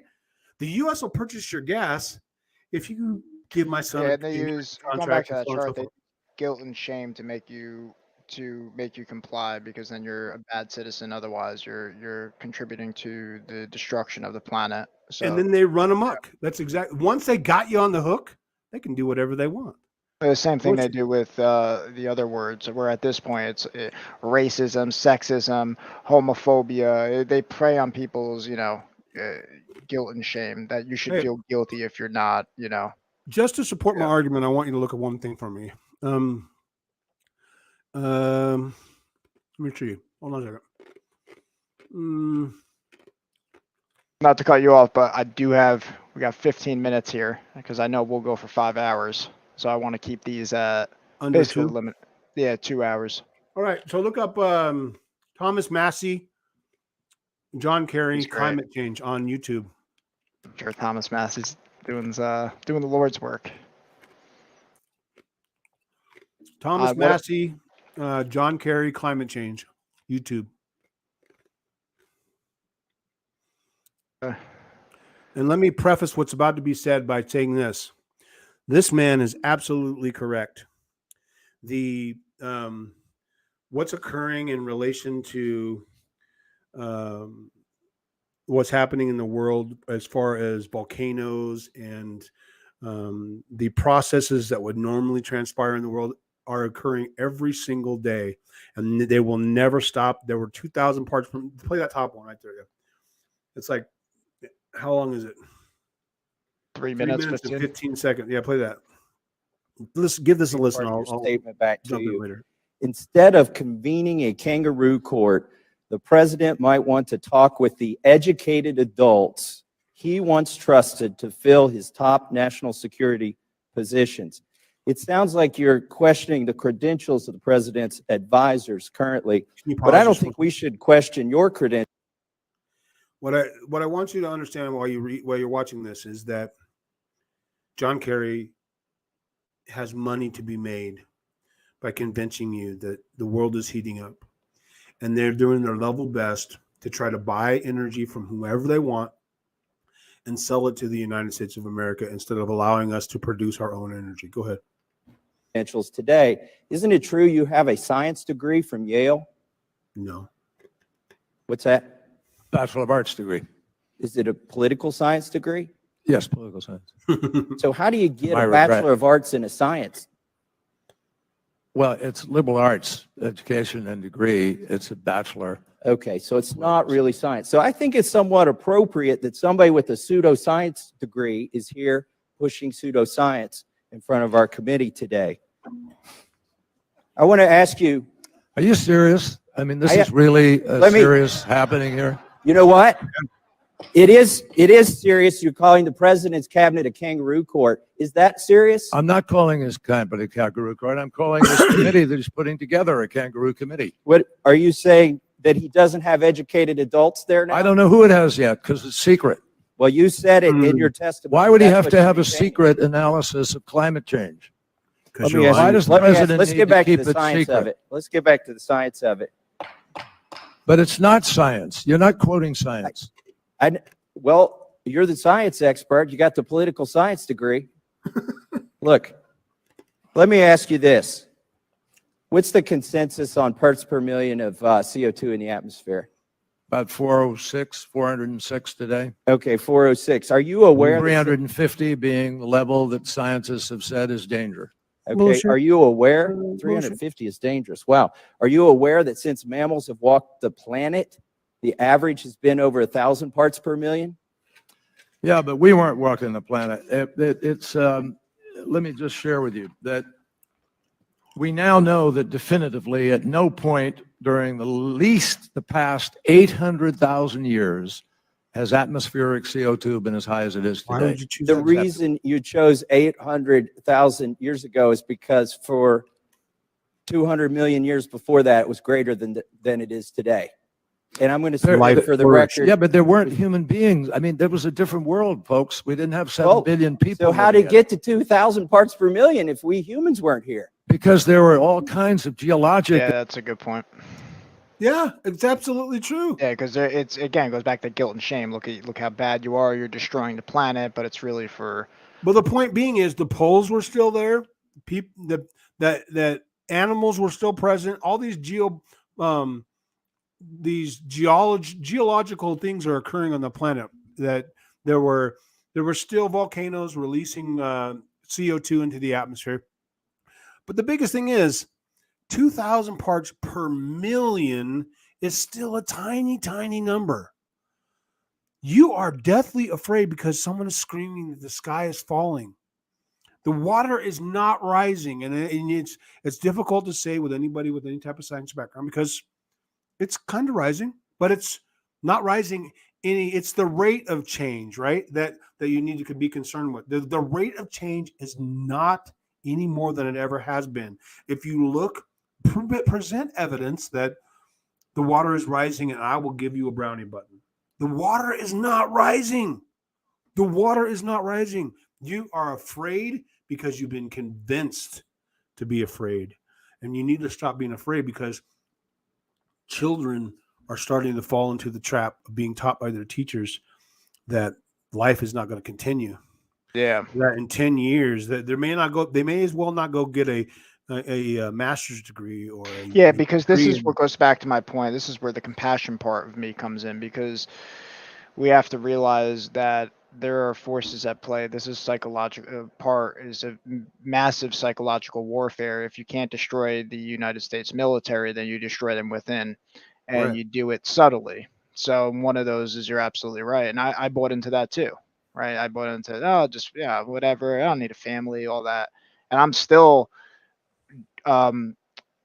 trying to understand myself, and that's where I need to have that compassion for other people.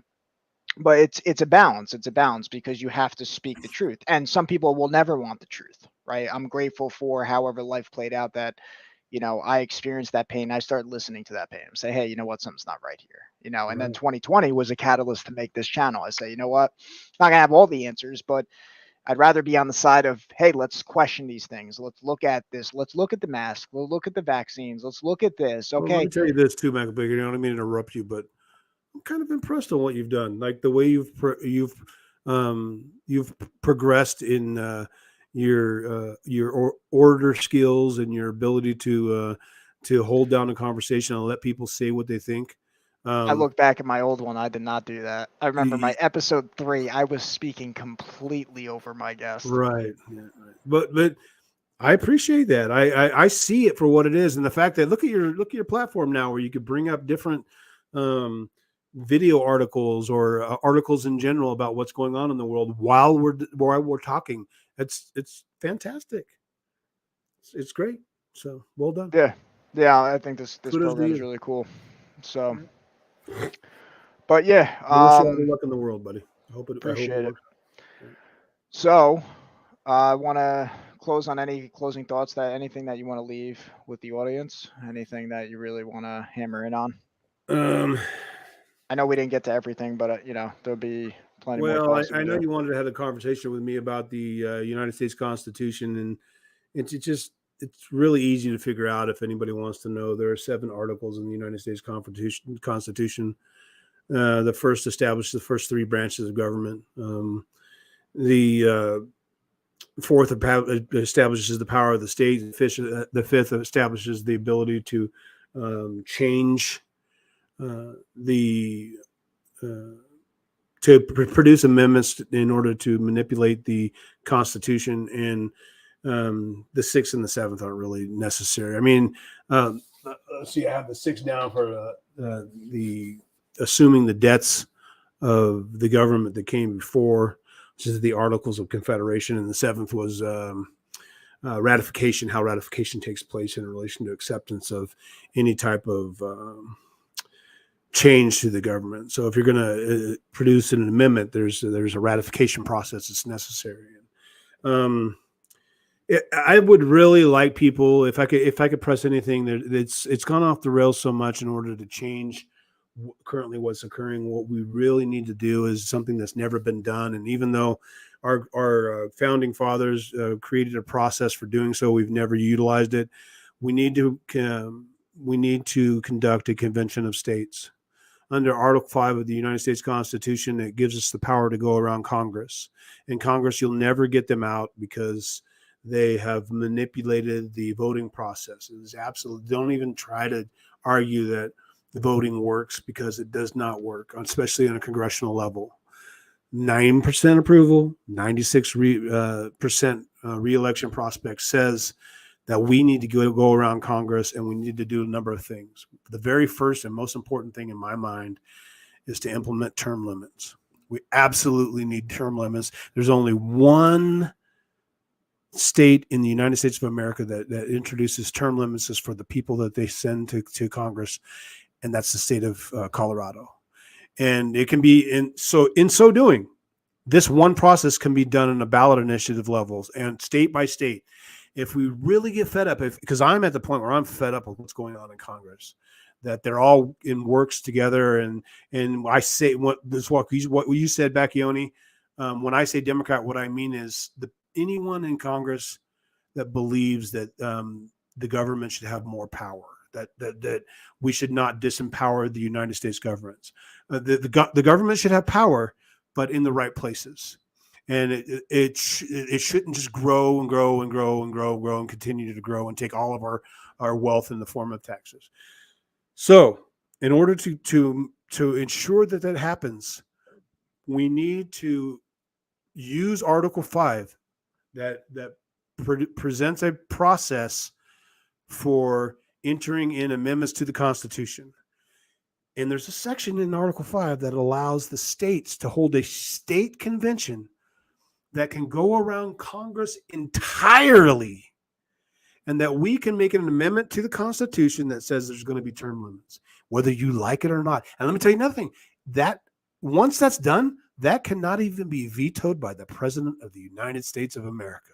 If we have the Convention of States and we agree that there needs to be term limits for Congress, which we do. It's the vast majority of Democrats and Republicans believe that there needs to be term limits. The only people that don't need to believe that there don't need to be term limits are people serving in Congress. And the way we make that happen is we have a Convention of States specific to term limits. And beyond that, if that can't be done, every single person listening to my voice needs to participate in a ballot initiative in their state to do what Colorado has done and make it so their representatives that go to the Congress, that's on the state or the Senate level and the House of Representatives level, those people have term limits. That they are only going to be, I think Colorado has it where you can serve 3 2-year terms as a state representative. So you can serve 6 years, and you can serve 2 6-year terms. So you can serve 12 years as a state senator. And that's good because that means no matter what you do, it can be changed by someone that takes your place. That you're not going to hold power over us forever. You're not going to believe that the government is the ruler and we are the subjects. The way we maintain a government of, for, and by the people is by replacing the people that represent us. You need to understand they cannot just stay there for. Look at Dianne Feinstein. The lady gave power of attorney to her daughter, and she's still serving. Right? And nothing's being done about that. What the fuck? I mean, it's unbelievable. Isn't it amazing to you that we have people that can't think, that can't even speak? Like, you imagine having this conversation that we're having right now. Imagine having it with fucking Joe Biden, or what's the other guy's name? The senator that can't speak, that had a brain aneurysm. The same as Joe. People need to understand that Joe Biden had 2 brain aneurysms. Yeah, I don't think it's that complicated. I think it's really as simple as that people are so comfortable and complacent. I really do. It comes back to that same point. I think we have the luxuries, we have the lives of kings, what kings had, like, you know what I mean? That you have, I mean, the fact that we have this, you can escape in this. You can just escape, you know? And they want you to. So I think the fact that we have that, you know, you can I can go on this and just order whatever food I want and just sit home and just, you know, numb out. I mean, the amount of information that's out there, that's the other thing too. So you have so much information overload, and you have comfort, and you have a lack of real role models, with the exception of the ones that pop up, but then, you know, are hated. I think it all just comes down to, and this is why I've gone down that path of really religion and, you know, diving into faith and diving into that can be an escape sometimes too, just so you know. It can be, yeah, for sure. And I think that, yeah, I'm very aware of that, because I think people can use that, you know, and then it just becomes the same thing. And that's why it's so hard, because to be truly, I would say it's a difference between, you just know it when you're around someone who's real, and to really embody that it's not easy. It's not easy, because everybody's got skeletons in their closet. And when you make friends with that, then you really have the power to do it. And I think that's, to your point, I think that's what a lot of people will do. You know, they haven't lived up to their full potential, and then they hide behind the church, and then they push that on other people. I think oftentimes that's really the case. So, and then that's where they come off as holier than thou. Yeah. You know, so, again, that's just one example. And I reflect on a lot of that, but I constantly just keep it simple. I kind of like a childlike mentality. I think if you ask any reasonable person, what would Christ do in this situation? You know, it's a fun conversation, because what would Christ do? You know, what would Christ do? Would, you know, and that's just another way of saying, what would your Jiminy Cricket do? What would your conscience tell you? What would be that small voice within? You know, are you being hypocrite here? You know, do you really have the conviction to stand? As you say, I love that example, the ground that you stand on, because that ground that you stand on, you know, there's different levels to it. You know, it's humility, it's courage to speak what you think, and then the willingness to take on, because that's what I see with Trump, right? Because Trump's not perfect, right? He's I'm sure he's made plenty of mistakes, but what happens is the media is focusing on finding any mistakes instead of focusing on what he's going towards. And this is where this idea of redemption is really important, I think, with the exception of certain instances. I think most people are redeemable. And when you get in the way of that, you say, well, look at your past, look at this, look at that, you take away from looking at what's possible in the future.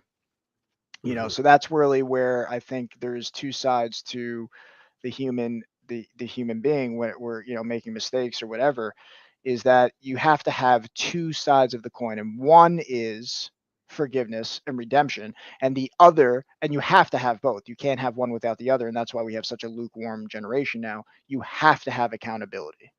The day a man takes accountability and then moves action forward and shows that in the arena, that is, you have to be able to, and you see that with different people who hate Trump. They're really reflecting their own self, right? Because this is that hate of the father, to hate God. If this is the spirit of the father, that's why we have a lack of fathers. We have a lack of people who really understand the idea of tough love, because some people who push tough love, they're really, it's mean love, and other men are just too weak, so last words though, because we're I over want to say time one more here. thing. It's going to take me a couple of minutes to get it out, but it really is important. Okay.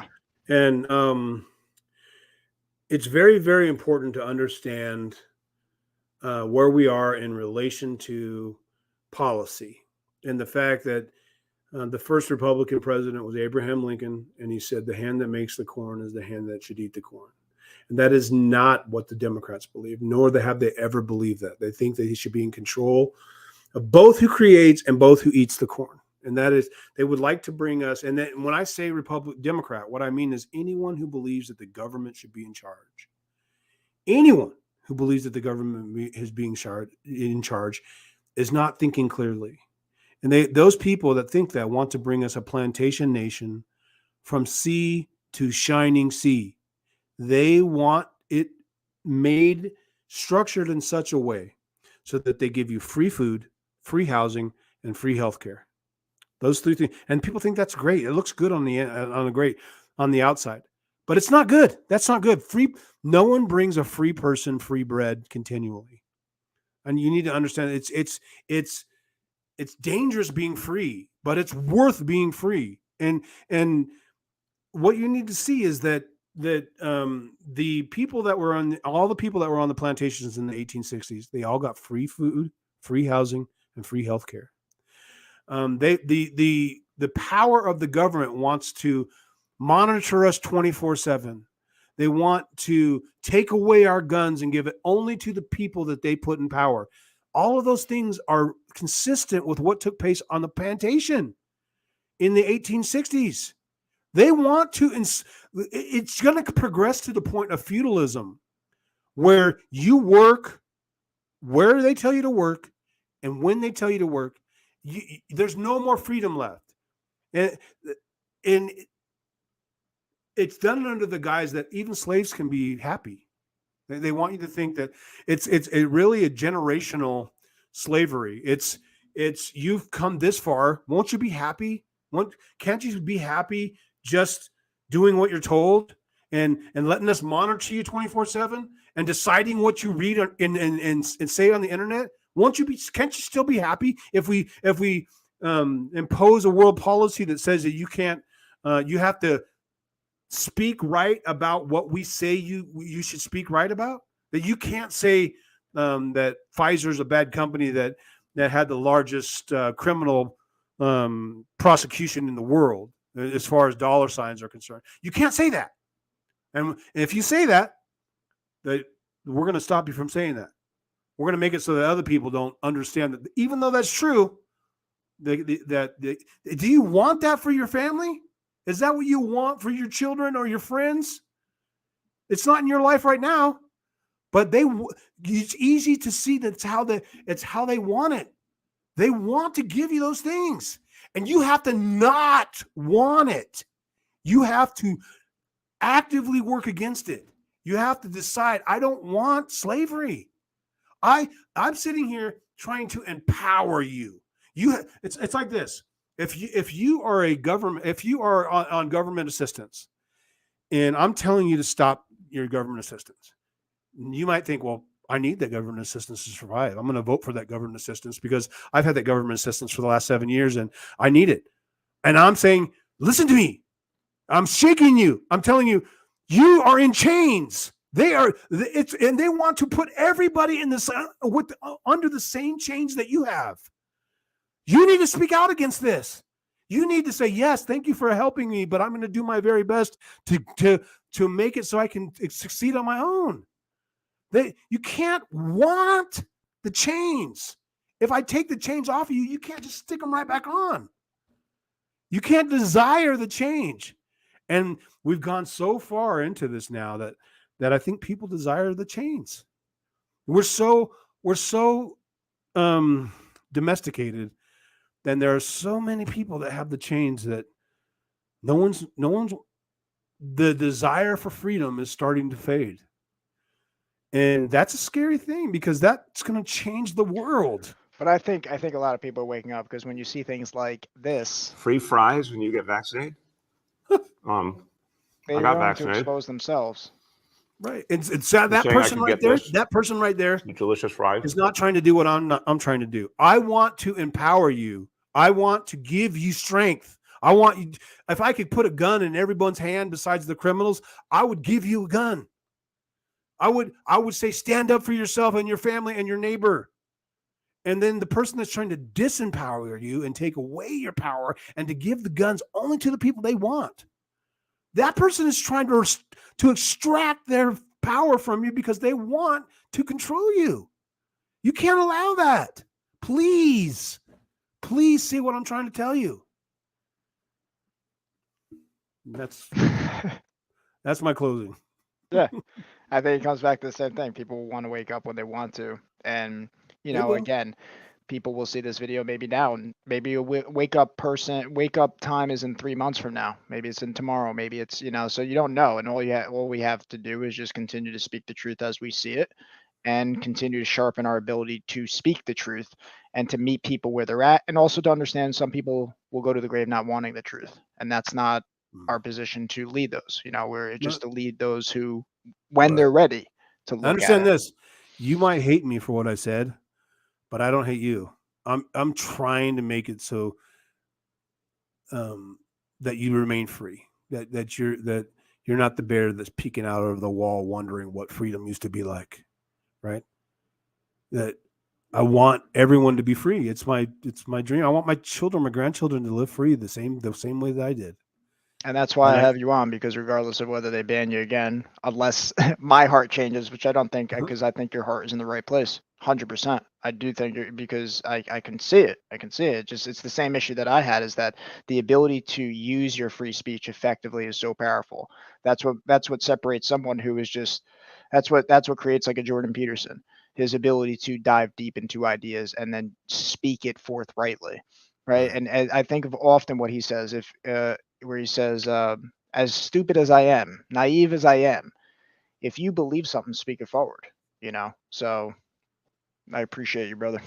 I appreciate you, Becky. It's a pleasure to see that your podcast is progressing. I wish you well, man. I hope everything works out for you.